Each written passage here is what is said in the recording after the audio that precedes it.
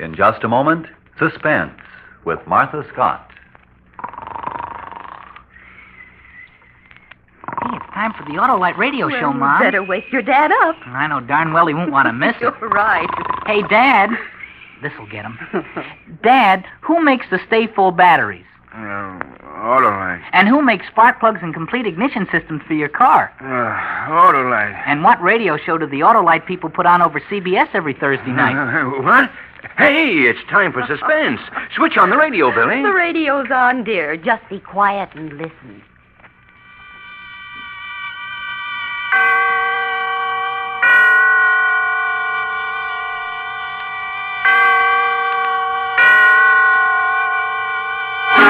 Suspense.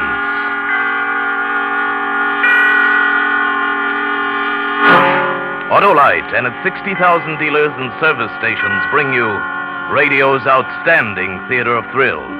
Starring tonight, Miss Martha Scott in Anton Leader's production of Crisis, a tale well calculated to keep you in suspense.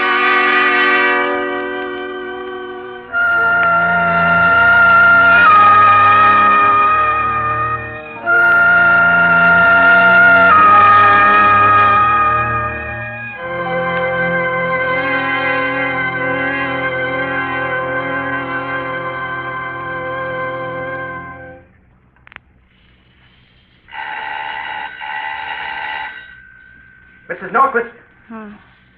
Mrs. Norquist. It's the doctor, Mrs. Norquist. What? Coming. Oh, I'm sorry, Doctor. I fell asleep. I told you not to. I warned you. I couldn't help it. Let me see the baby.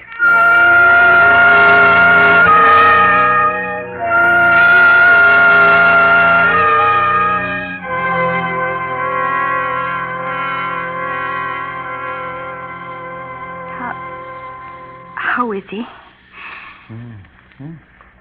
Is he better? Well, pneumonia's tricky. Temperature 106. Oh, all day long it's been 106. If he'd only move, if he'd only cry. Oh, Doctor, you've got to do something. Mrs. Norquist, get hold of yourself. Fasten that sheet down. It's important that you don't let any of that steam escape. All right, it's just that I'm so tired. When will the nurse be here? There won't be a nurse. No nurse, but you said there... I've tried everywhere. It's the worst epidemic since 1918. The hospitals are full. Oh, but I can't go on without a nurse. I can't. Well, isn't there someone who can help you? Some neighbor? There's no one. Well, what about your husband? When's he due back? 2 or 3 days. Maybe you'd better send for him. You don't mean the baby? Well, you can't keep this up. You need help. Oh, I didn't want to worry Paul. This business trip's so important to him. Besides, I expected to get a nurse. Why, he doesn't even know the baby's sick. You'll have to do it alone, then. How's the sulfur holding out? I have enough. Good. Now, don't neglect the steam for an instant. Keep up the warm alcohol sponge bath. Don't leave his side. I'll try to get back in the morning. And don't sleep. No matter how tired you get, no matter how you scream for it, you must not sleep. Here, take these pills. They'll help you. Thank you, Doctor. Doctor, is little Kurt going to make it? Well, that you'll know one way or the other before morning. Oh?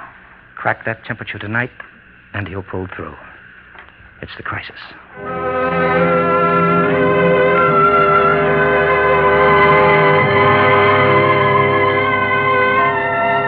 Poor baby. Little thin legs. Kick the covers, darling. Kick them. That's what legs are for. You don't want to give up now, Kurt. You're just beginning. You haven't seen half there is. You've never thrown a snowball or hit a home run or gone fishing with your dad. Oh, Kurt. Kurt, you should be in a hospital. Not in a homemade croup tent with a kettle of steam under your bed. In a hospital with nurses in white starched uniforms. Nurses who are awake. Whose hearts don't break when they look at you. I mustn't think about it. Steam. A kettle under the bed. Steam to breathe. Another kettle on the stove. Sponge baths every few minutes. Every few minutes. Temperature 106. Temperature 106. Temperature 106. How many times I took it, I don't know. Nothing in the room seemed real or tangible anymore. Nothing but the steam. Steam. I watched it, hypnotized. Now it was an eraser on a blackboard removing today's problems. Now it was a windshield wiper pushing aside the rain so I could see ahead of me. The vision slowly cleared. And then I saw it. A light. No, 6 lights. Bright flames, birthday candles. 6 birthday candles on top of a white cake. Happy birthday to you. Happy birthday to you. Happy birthday, little Kurt. Happy birthday to you. 6 years old. You're a big boy now, son. I want my present. Oh, how mercenary little creature, isn't he, Paul? Okay, Muggy, here it is. Here, son, let me help you. Leave it alone. What? Don't you dare touch it. Oh, now look here, Kurt. Please, Paul, it's his birthday. All right. Go ahead, unwrap it. Well, Kurt, don't you like it? No. Oh, why, Kurt Norquist, how can you say such a thing after your daddy bought you a wonderful fire engine? Why didn't you get me one with 1 seat? But what's wrong with 2 seats? When it's got 2 seats, you gotta let some other kid ride with you. But don't you want to share your fun with your little friends? I don't like nobody to have fun but me. Kurt, you come back here. Let him go, Paul. Oh, but He's Mary. just a little boy. He'll get over it. Well, I hope so.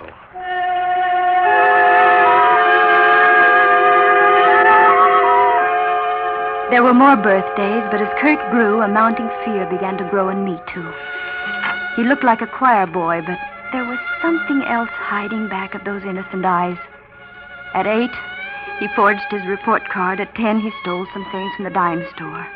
By the time he showed promise of being taller than his father, his personality, in spite of everything we tried to do, was really beginning to frighten us. You wanted to see me, Father? Yes, I did. Your mother and I are very concerned about you. Again?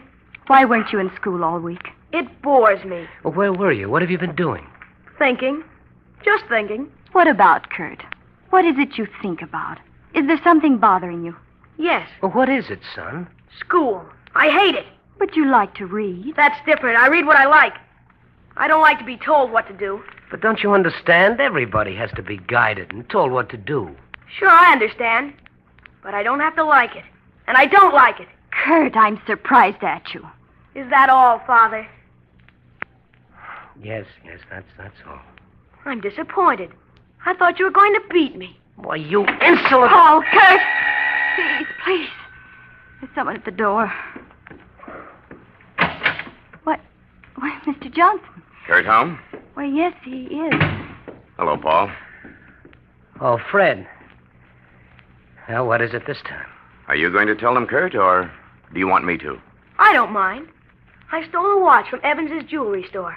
A swell wristwatch. A watch? Oh, Kurt. We were going to buy you one for your birthday. You didn't have to steal it. It was more fun stealing. Lots more fun. This time I'll have to take him to juvenile court, Mrs. Norquist. Oh, no. Fred, let me bring him down. You go on. I want to talk to him.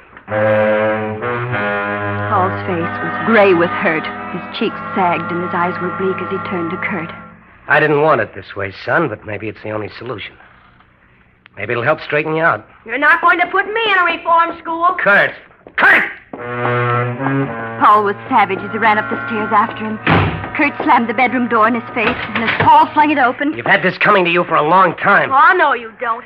Keep away from me. Kurt!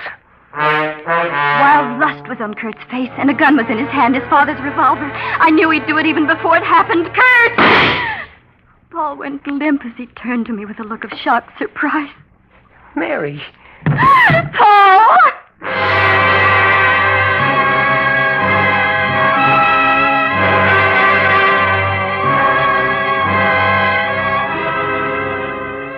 For Suspense, Autolite is bringing you Miss Martha Scott in radio's outstanding theater of thrills, Suspense.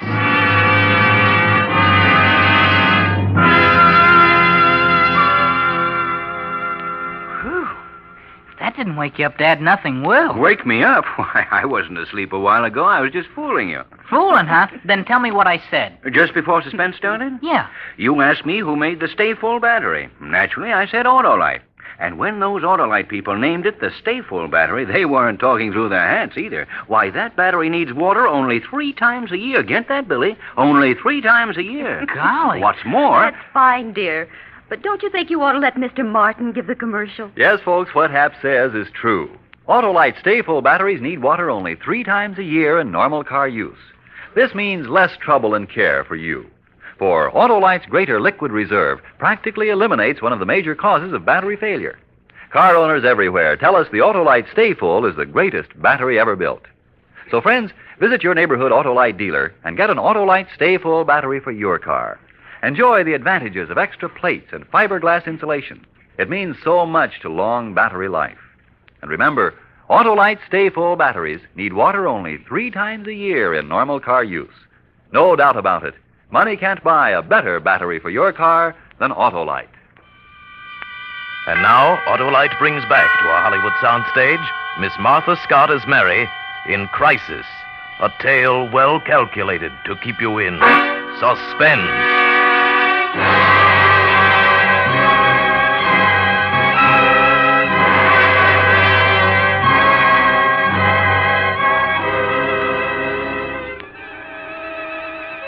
The visions continued to rise out of the steam clouds. I found myself sitting beside Paul's bed. He was out of danger. Accidental shooting while cleaning a gun, that's what Paul told the doctor. I wanted to tell the truth, but I wouldn't hurt him any further. No, Kurt didn't go to the reform school. We hushed that up, too. Lies, suffocating. We shrank, Paul and I, crawled into our shells, confused, disillusioned, afraid of our only son. But Kurt grew, and so did his misdemeanors, until he was a handsome giant with the face of a Viking saint and no soul at all. The incident with Elaine McGregor proved that. I was transplanting geraniums on the other side of the hedge. I didn't mean to eavesdrop. What's going to happen to us? I wouldn't know. Doesn't it make any difference to you? Should it? It's easy for you, isn't it? What did you expect? Nothing, really. You're in a class by yourself, Kurt. You've got the heart of a tapeworm, but you're not going to eat into me. Very pretty speech. I didn't know you were so valuable. But what does it mean? It means I'm lucky. I can walk out of your life. You can't. You've got to live with yourself. You're rotten, Kurt. Rotten all the way through. You warp everything you touch. You destroy all the decent things around you. Decent? I despise you. I thought you loved me. Madly. You can't love a snake. You can only be charmed by it. Goodbye, darling. Mother, you can come out from behind there. Kurt, how could you? Mother, I knew you were there all the time. I didn't mean that. I mean the way you treated Elaine. Oh, Kurt, maybe marriage would be good for you. Come, Mother. First you want me to get a job. Any job. Now, you wouldn't want me to get married at my age, would you? I'm just a child. No, Kurt. Not you. You've never been a child. Everything you did seemed to be aimed at hurting someone, and always it pleased him. And then one day, as suddenly as you turn over a page, Kurt was different. He slammed the front door, and he was whistling. He was gayer than I'd ever seen him. Hi. Well, what are you so gay about? The proverbial leaf has been turned, and you see before you a hard-working young man. Kurt, you've got a job. That's right, Mother. A job. Oh, at the lumberyard. Oh, don't be silly. I'm a banker. A banker? What bank? First National. Mr. Cox was very nice about the whole thing. Your father's bank? Then Paul got you the job. You talk like the old man owns the place. He's just a teller. Then how did you get the job? I talked to Mr. Cox. Kurt, what did you tell Mr. Cox? You should have been there, Mother. I melted the old boy's heart. He swallowed the whole thing. Swallowed what? What did you tell Mr. Cox? Don't get melodramatic, Mother. I merely told him that I had to go to work because we needed the money. That I liked the idea of working in a bank. You know, like father, like son. Oh, needed the money? Oh, Kurt, you didn't. You didn't humiliate your father that way. But you wanted me to get a job. Kurt, ever since you've been old enough to think, you've been bad. You caused your father nothing but heartache. You're aging him, draining all the joy out of his life. And now this crowning humiliation. But I'm warning you, Kurt. If you cause your father any more sorrow, if you hurt him just once more, I'll... Kill me? Bravo, Mother. Now let's have the second act. You fiend! It was the first time I ever slapped him. But I knew then there would never be any peace for us. That he would go on and on until there was nothing left. No honor, no decency, nothing. But even I didn't suspect the depth of his malignancy until it was too late. Paul was coming up the walk alone. His step was slow, his back was stooped, and his face was lined and tortured. I opened the door for him. Paul, what's wrong? I've been fired. Fired? After 22 years? There was a shortage this morning. $1,000. $1,000? Oh, surely they don't think you took it. You've handled millions of dollars down there and never touched a penny of it. How could... Kurt took it, didn't he? Yes. And you took the blame? Not exactly. He's very clever, Mary. He's devilishly clever. He worked hard. He did his work well. I thought... I tried to kid myself anyway that he was outgrowing his badness. It was all part of a warped scheme. He won the respect of everyone in the bank and very simply stole the money and planted the evidence that led straight to me. Why didn't you tell Mr. Cox what we've been through, what a bad boy he is? There are records at Juvenile Hall. We could prove it. You know what Mr. Cox said to me? He said he wouldn't prosecute because of my wonderful son. My wonderful son. I never had a son. I couldn't look at him, Mary. When I walked out of the bank, Garvey in Cage 1 didn't even say goodbye or good luck or too bad or anything. He just got suddenly too busy to look up. He forgot all about the months we lay in the mud together at Taro and the Navy Crosses. We went on the same day. Garvey was too busy to look up. I couldn't tell him the truth. I'm not strong like you, Mary. I can't take it anymore. He was looking at me, but he didn't see me. His eyes were covered with a film of tears. Then he turned and staggered out of the house. He walked like he was drunk. Yes, that's what he was. Drunk with despair. He got in the car. I wanted to go to him, to hold him in my arms, but I couldn't. I was frozen. The car lurched away from the curb, skidded around the corner. It was like a madman driving.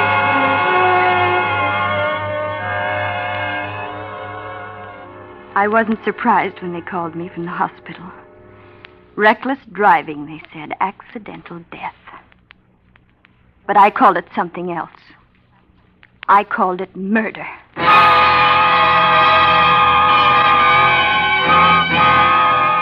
At that moment, I died, too. Oh, I went through the motions of living at the cemetery and after. I kept on, not counting the days coming or going, and one day I realized Kurt was 25, a man, a handsome, ruthless man. We lived in the same house, but we had nothing to do with each other. Until one November afternoon, I was in the kitchen making an apple pie. It had always been Paul's favorite. Suddenly, the room was throbbing with Paul's presence. Paul! I dropped the knife on the floor and ran up the stairs into my bedroom. Mine and Paul's. I was wild out of my mind. I turned about the room, everywhere searching. I needed him terribly. I could feel his presence, and yet it wasn't enough. It had to be something tangible, something I could touch. And then I remembered. The Navy Cross and the Purple Heart, they were his. They were part of him. I pulled out the shirt drawer and threw his shirts on the bed. The Purple Heart was there in its satin-lined box. But the Navy Cross was gone. Oh, Paul. Paul. Oh.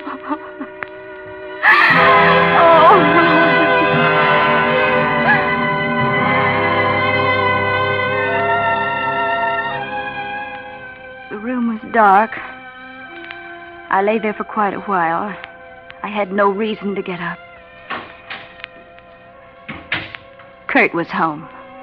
I tidied the bed, spread it up, ran a comb through my hair. I walked along the hallway to his room. Yes? You want something? I'm in a hurry. Yes, I do want something. Your father's Navy Cross, where is it? Oh, that. I was holding 3 aces when I ran into a straight. Jack Carnes said he'd take the cross in lieu of $5. How do you like a guy like that?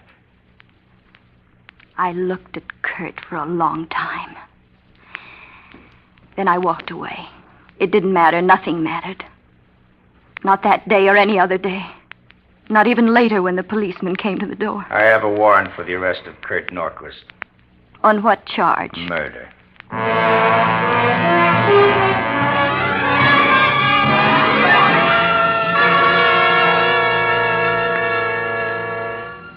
It was a colorful trial. Murder in the first degree. The front pages were blotched with it.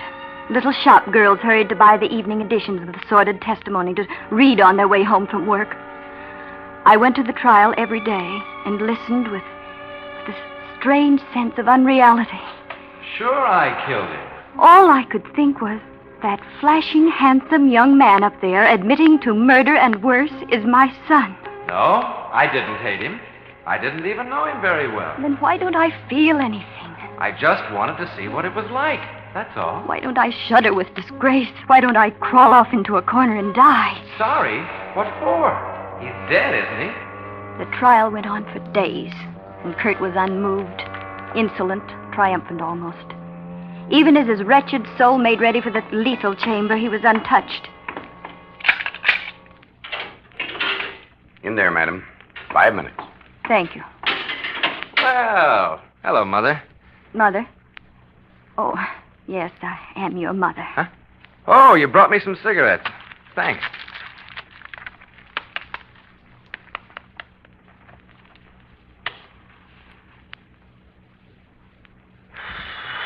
Well, I wonder what it's going to be like. What? You know, that last mile. I'm a queer guy, all right. I don't feel sorry about anything. As a matter of fact, I don't feel anything at all. Never did. Except that maybe this is a good smoke. I looked deeply into his face, beyond the pale blue eyes, into the black soul. I gave him life, but I couldn't give him honor. He exhaled. Smoke came out of his mouth and nose and spun around him, enveloping his face, framing it in a circle of fog. Then he smiled. Not the smile of a murderer, more the slow, wistful smile of a small boy. And abruptly his face was changed. I've been here before. I watched the smoke rings as they billowed upward. I couldn't take my eyes off them. In each smoke ring was a face. Kurt's face. And the faces kept changing, getting smaller, smaller. The eyes were round, full of wonder, changing, and slowly the vision faded. They all converged into one face. And Kurt was a baby again. In a croup tent.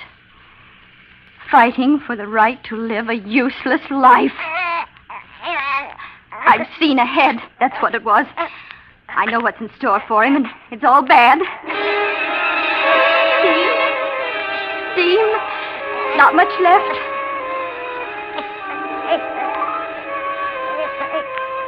In a moment, there won't be any.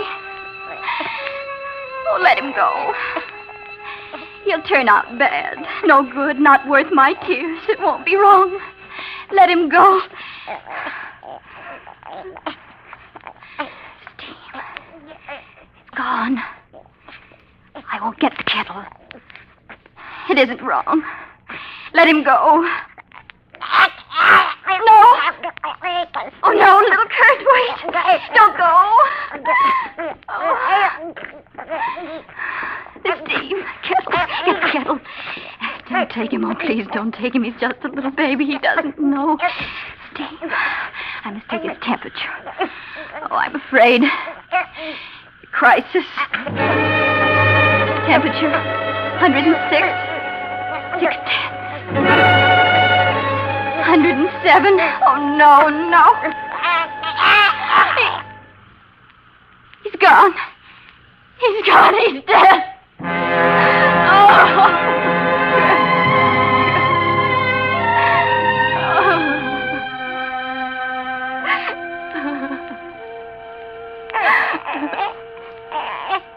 Kurt. You're alive. Hold on, baby. Hold tight. He's got in my way as I held the thermometer to the light. I brushed them off, and then I looked. The mercury stood at 106, 105, 103. You're going to get well, Kurt. Temperature 101. And grow strong and handsome. Temperature 100. And good, Kurt. You're going to be good. Please, God. Please.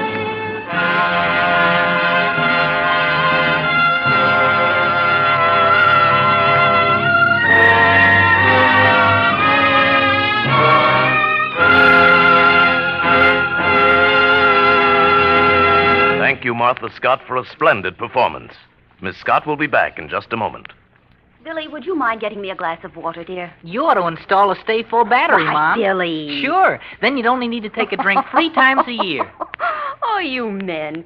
Can't you talk about anything but that Autolite battery? Now, look, honey, if you wanted to go downtown tomorrow morning and the car wouldn't start, you'd be pretty mad, wouldn't you? Why, of course I'd be mad. Sure, so would anybody. That's one reason why we have a stay full battery in our car. And listen to this. Yes, friends, Autolite Stay Full batteries are designed to save you trouble and care by practically eliminating one of the major causes of battery failure, lack of water.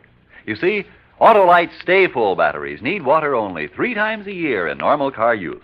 And remember, when it comes to automotive electrical parts, Autolite means batteries. Stay full batteries. Autolite means spark plugs. Ignition engineered spark plugs. Autolite means ignition systems. The lifeline of your car.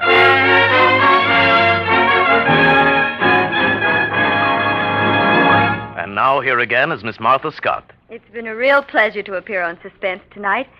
You know, I never miss hearing the program whenever possible, and I'm going to make a special effort to be at my radio next Thursday night when Van Heflin stars in a story called Song of the Heart, a gripping study in Suspense.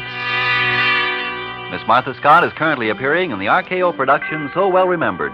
Tonight's suspense play was written by Gwen and John Bagney with music composed by Lucien Morawick and conducted by Lud Gluskin. The entire production was under the direction of Anton M. Leader. Next Thursday, same time, you will hear Van Heflin in Song of the Heart.